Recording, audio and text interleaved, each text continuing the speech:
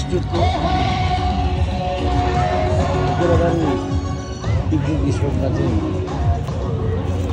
एकदमै राम्रै छ। तर यहाँ चाहिँ प्रदूषण यहाँको फोहोर मैला देखेर चाहिँ म चकित नै भएँ। किनभने जसले फोहोर मैला गर्छ तिनीहरूले व्यवस्थापन गर्न जानेको छैन र यहाँको व्यवस्थापन पक्षले पनि फोहोर मैला उठाएपछि फोहोर मैला गर्न नदिनु भन्न चाहिँ नसक्ने रहेछ। जसले काम गर्छ, जसले पिकनिक लिएर आउँछ उनीहरूले पनि फोहोर नपारिदिनु भए राम्रो हो। अनि फोहोर मैला व्यवस्थापन पक्षका मानिसहरू जसले यसको ठेक्का पाएको छ उहाँहरूले पनि एकपटक चाहिँ हप्तामा एकपटक चाहिँ साफ गर्ने व्यवस्था मिलाउनुपर्छ। केही कामदार राखेर है कसरी हुन्छ। यसरी यस्तो फोहोर प्रदूषणमा पिकनिक स्पोट सञ्चालन गर्ने यहाँको पक्षको केही न केही खराबी छ।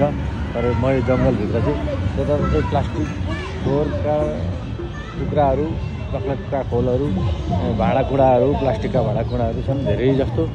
अब यिनीहरू चाहिँ यस्तो फोहोर मैला चाहिँ यथाभावी भएको ठाउँमा पिकनिक स्पोट बनाइदिएर पनि खासै राम्रो हुन्छ जस्तो चाहिँ मैले बुझ्न सकिनँ। जहाँ हेरो जताततै फोहोरै फोहोर जुन यो पिकनिकका स्पोटहरू छन् यो स्पोटहरू बिहानमा आउँदाखेरि यदि फोहोर देखेँ कि त्यो पनि अब हामीलाई एउटा संस्थाले पिकनिकको लागि इन्भाइटेसन गरेको भएर यहाँ आइपुगेका थियौँ। तर यहाँको पोल्युटेड इन्भाइरोमेन्ट जङ्गलै एकदमै सफा इन्भाइरोमेन्ट हुनुपर्ने ठाउँमा सबै पोल्युसनै पोल्युसन अनि एकदमै फोहोर यथाभावी कहीँ पनि प्लास्टिकका टुक्रा नभएको ठाउँ छैन। अनि यहाँ आएर मान्छेले पिसाब गर्ने ठाउँ पनि राम्रो व्यवस्थापन छैन। सबै यसो हेर्दाखेरि पिसाब गर्ने ठाउँदेखि लिएर फोहोर व्यवस्थापनका पक्षहरू चाहिँ एकदमै नराम्रा भेटिए। अरू सबै यहाँको राम्रै छ तर फोहोर व्यवस्थापन चाहिँ भएन, अव्यवस्थित भयो।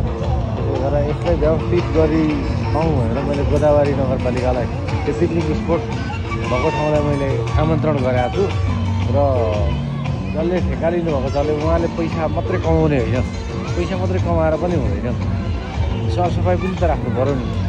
देशको गहना हो यो भनेको। जङ्गल हाराबारा राख्नुपर्ने ठाउँ अनि पिकनिक स्पोट ठिक छ राम्रो छ तर यस्तो फोहोर राखेर चाहिँ पिकनिक स्पोट बनाउनु उचित छैन।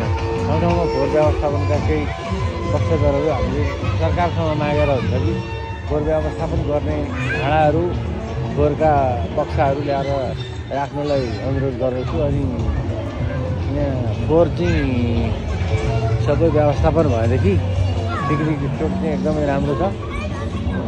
यसको लागि चाहिँ केही व्यवस्थापन पक्षले सुधार गर्न आवश्यक देख्छु।